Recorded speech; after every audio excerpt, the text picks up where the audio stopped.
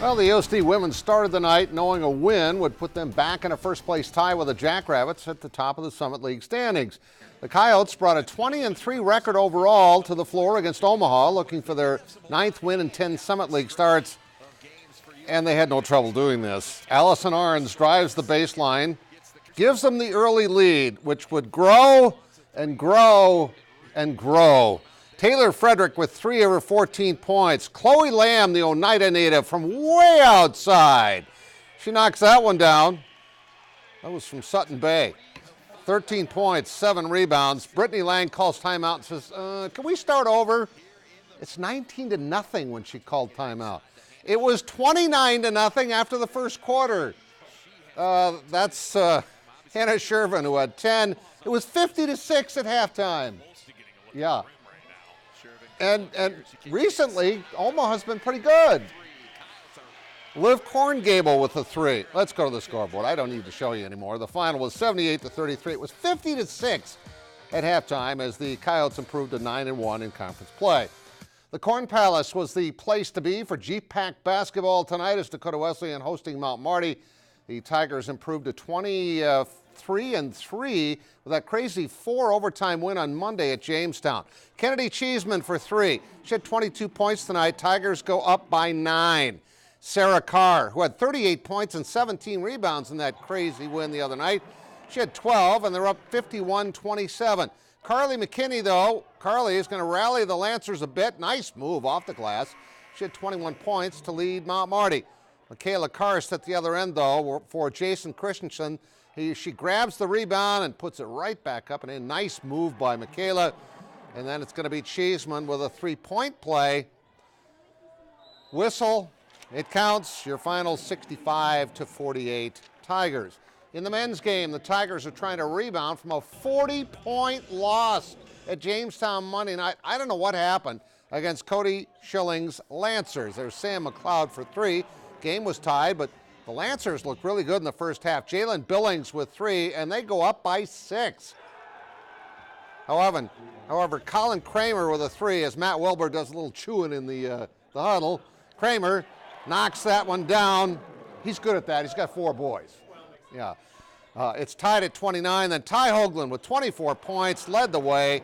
They go on to win 77-58. Briar Cliff beat Northwestern tonight 92-83. And Dordt, big win for them at Jamestown. Same team that just beat Dakota Wesleyan by 40, 97-94. On the women's side, Dakota Wesleyan wins by 17. Northwestern is now 22-3. Darby Gustafson of Ethan led the way in that one. And Dordt with a nice win as well. Our athlete of the week had 16 points. And now here's Nicole Griffith with your Billion Automotive Plays of the Week. The Cougars defense steps up. Coral Mason flips the steal to Tori Hansen, who finishes off with the lay-in. Viborg Hurley tops Canastota 65-60. Aberdeen Central's Andrew Bergen is golden with the two-handed jam and contact against O'Gorman. To the mat at 157 pounds, SDSU's Colton Carlson pins Utah Valley's Landon Knutson, pushing the Jacks past the Wolverines 26-16. Augustana's big man Trevor Hansen powers down the one-handed slam at UMary. The top play is SDSU's Tevin King posterizing the Denver defender with the monster dunk and foul. Jacks roll on the road 92-82. And those are your Billion Automotive Plays of the Week. I might have one for next week. Canton's Caden Verley, another recent athlete of the week for his exploits as a football player. He might be in those Plays of the Week next week. How's this for some hops? He gets the steal, the breakaway, and the dunk in their win over Centerville. Thanks to our former co-anchor Sherry Kurtz for this great video.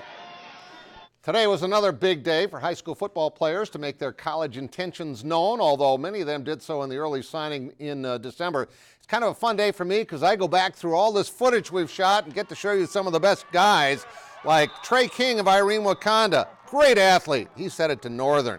Augustana signed a couple of local athletes who have very bright futures.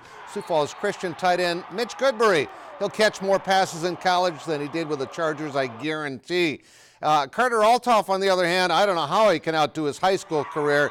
The Brandon Valley wide receiver, also going to Augustana, scored touchdowns pretty much every game. USF gets a very talented all-around athlete in Carter Slykouse of G. He can run, he can catch, he can even throw touchdowns.